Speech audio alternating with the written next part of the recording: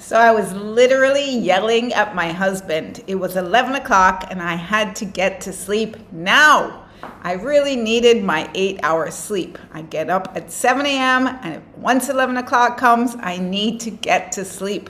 So I was yelling, time to turn off the light, time to go to bed. Okay, so maybe I wasn't really yelling, but I was very agitated and very serious about getting my sleep. I had turned into the sleep police. Yes, I was sleep police.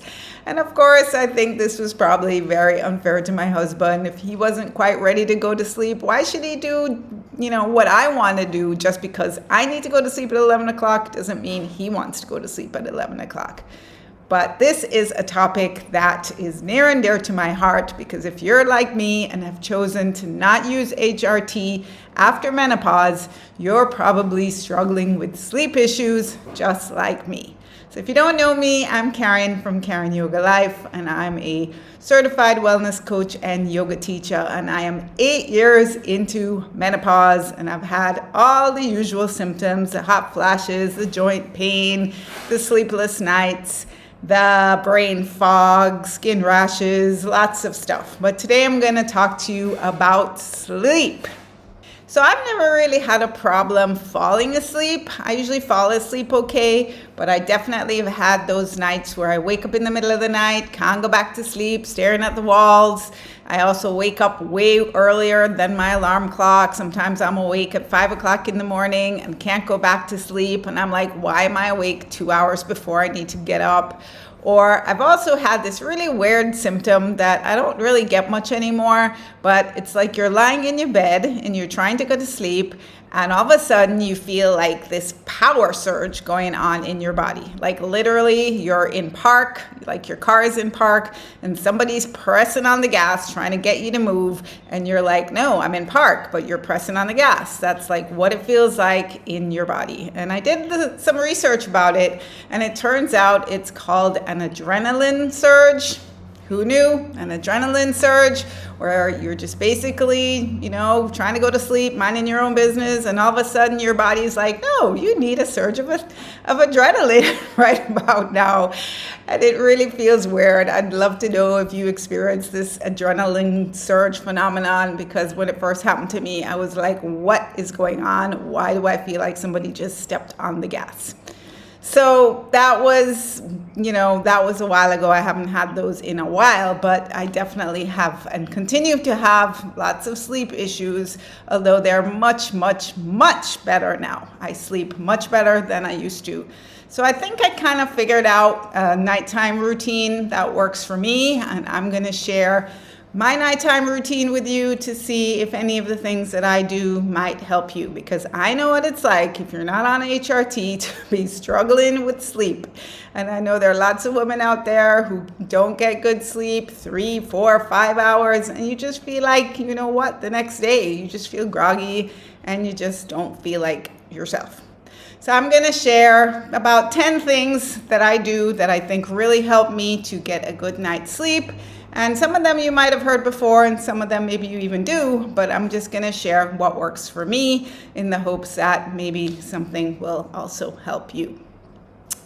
So the first thing I do, which is kind of like my setup, I definitely try and exercise fairly early. So, I'm a believer in moderate exercise. I'm a yoga teacher, but I think if you exercise earlier in the day, and it doesn't have to be morning, it could just be earlier in the afternoon. Sometimes I go to a dance class at 6 and it finishes at 7, so that's kind of late. But definitely I would say avoid exercising like right before you go to bed, because that's likely to stimulate your system when you want to be doing the opposite. So of course, gentle stretches before you sleep is fine because that's going to relax you, but you don't want to be doing anything too stimulating right before you go to bed. So I would say that's the first thing that I do that definitely helps. And of course, exercise, including moderate exercise in your life, will improve the quality of your sleep. So that's the first thing I do. I try and make sure I arrange my day so that I'm exercising on the earlier side, not on the later side. So that's thing number 1. Number 2, when it comes to what I'm eating and what I'm drinking, there are a lot of things that I try and do. So I definitely try not to eat a heavy meal too late. They say, and of course this is different for everybody, but try not to eat too much about 3 hours before you're going to bed, because you want your body to be relaxing and not spending a whole lot of energy digesting your food. So I really try and have my main meal at lunchtime and have a lighter dinner. Usually try and have it by 7 o'clock. A lot of times it doesn't work out that way, and I am eating closer to 7:30 or 8, which is okay because I go to bed at 11. But you definitely want to try and not be eating too heavy of a meal later on. Now, the problem with that is, of course, if you're going to sleep and you're hungry, that doesn't really help your sleep either. So I've found sometimes having a really light snack, like a banana, a complex carb of some sort, some type of light snack, maybe an hour before you go to sleep, can help. You could try that. I'll do another video about foods that help sleep. But you don't want to be going to sleep with your stomach talking to you either. So you kind of need to find that balance where you're not hungry, but you're not full either. So that's what I do when it comes to food. And then definitely, you don't want to be drinking a lot of liquid right before you go to bed. At least for me, I try and not drink anything too major about 2 or 3 hours before I go to sleep. And of course, this can lead to the same problem when it's happened to me that I wake up feeling super dehydrated, my mouth is dry, and what I try and do here is I try and have some water right next to my bed. If I wake up in the middle of the night and I'm super dehydrated, I drink a little water. I've also seen some people who drink a little warm water, like maybe half a cup right before they go to sleep. But you don't want to be drinking too much because you don't want to be having to get up to pee a million times in the night. And on that subject, basically what I try and do is literally right before I'm about to go to sleep, I go to the bathroom one last time to make sure that I don't have to get up in the middle of the night to pee, because trust me, there's nothing more annoying than having to wake up, get out of your bed in the middle of the night to have to pee. I don't know, maybe you're okay with that, but I find it super annoying. So I really try to not have to get up to pee before I go to sleep at night. So that's, I think, the second thing that I do to make sure that I am giving myself the best chance to have a good night's sleep. So the third thing I do is definitely no caffeine after noon. I definitely notice that I'm sensitive to caffeine, and if I have tea, coffee, anything with caffeine, literally after midday, it affects my sleep. So if I would test it for yourself, see how late you can go. If you really like your tea or coffee in the afternoon, it could be affecting your sleep up to 10 hours after you have drank it. So keep that in mind. If you're having problems falling asleep, maybe it's that cup of tea that you had at 3, 4 o'clock that's still in your system affecting how you sleep. So I would definitely try and cut that out, or at least have it earlier in the day. And the same goes for caffeine. And I find even chocolate, chocolate is a stimulant. If I have it too late in the day, it affects my sleep. So that's it for caffeine. And then the same thing, we know, ladies, we know alcohol. Yes, a glass of wine, the cocktail, it might help you fall asleep, but it's gonna wake you up in the middle of the night. It definitely does it to me. Red wine is the worst. Gives me hot flashes in the middle of the night and, wakes me up. So it's either you sleep or you drink. That's kind of what I've decided. If I'm going to go out and have a couple drinks one night, I know that my sleep is going to be like no sleep for me because I've had a couple drinks, and I have to kind of weigh whether it's worth it, sleep or have a few drinks. I don't know. That's just my reality. Maybe it's not the same for you. You could let me know what your experience is in the comments below. So the next thing, let me check my notes. Okay, the next one you probably have heard a million times. No screens. Try not to watch the TV. Try not to be on your phone. Try not to be having any blue light. I find a Kindle is okay because I do read on my Kindle. But yes, ladies, no screens.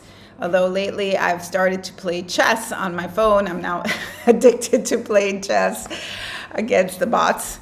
I find it really relaxing, so I have to really work against getting addicted to playing chess and making sure I'm done playing an hour before I go to sleep, and then I try and switch to reading or doing something that does not involve a screen.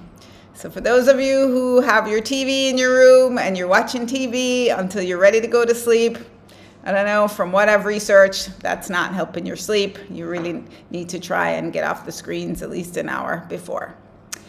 Okay, the next one is, I think this is number 5. I do some form of meditation, some form of prayer time before I go to sleep. So this could simply be a deep breathing practice, which I'm going to share at the end of the video. It could be deep breathing, it could be prayers, it could be just sitting quietly journaling. So some type of quiet time before you go to bed will help you to relax. So it really works for me. I encourage you to try it. All right. Next thing, go to bed, wake up, try to the same time every night. Yes, of course, this is what I was talking about in the beginning. It can lead to conflict with your partner if they're not on the same wavelength as you. But I really try to go to bed at 11 o'clock, wake up at 7 o'clock, the same day, same time every day. I think it really does help. I do find that I'm pretty much tired at 11 and I can fall asleep, and then I usually will sleep till maybe 6:30, 7. Well, generally not 7. I usually wake up before 7, but 6:30 I am waking up. So not too bad. All right, next thing number 8. So this has to do with what I actually do when I'm in bed. I like some kind of white noise. I use a rain noise app. I just play rain noise all night. I have tinnitus, ringing in the ears. So I really find that some kind of white noise in the background helps a lot. Rain noise is lovely, but there are lots of different kinds of white noise that you can use.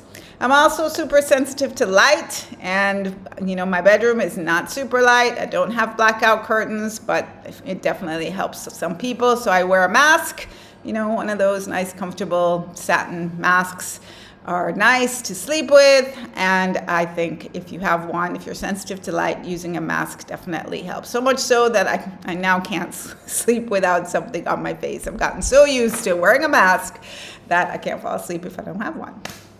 So, but it definitely blocks out the light, especially if my husband still has the light on or is working and I need to go to sleep. So I definitely find that having a mask helps.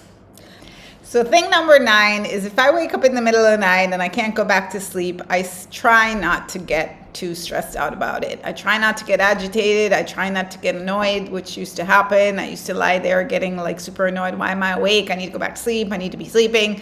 So I find that if you just relax and take it easy, generally I fall back asleep fairly quickly. This is not you. I'm sorry. I feel your pain, but I do find that just relaxing and allowing your body to go back to sleep, a lot of the times I do fall back asleep. So if you will find yourself waking up in the middle of the night, just rest. Rest is still good, even if you're not sleeping, and hopefully you will fall back asleep.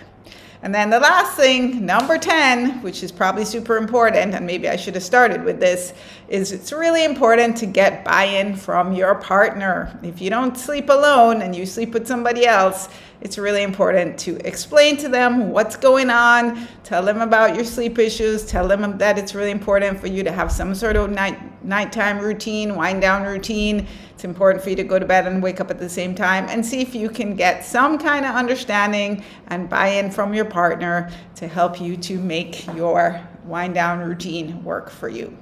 So I've, done this with my husband and it works most of the time, but there are definitely times still when there's a conflict because he likes to work on his computer late at night and I'm like, no, turn off your computer, turn off light, go to sleep. So I know I need to calm down about it and just, try and just put on my mask and go to sleep. So those are the 10 things that I hope help you. It definitely helps me. I sleep a lot better than I used to. As I said, the next video, I'm going to share a deep breathing meditation that you can try at night to help you calm down. And I'm also having a yoga for menopause masterclass coming up on May 31st. So if you're not watching this too far in the future and you can still join us for the masterclass, I'll put the link below. So that's what I have to share today. Thank you so much. Please let me know if you have any comments, questions, agree, disagree with anything that I've said, or if you have your own nighttime routine, you do something that really works for you, please share. And let's all help each other to get some good sleep post-menopause. See you again soon.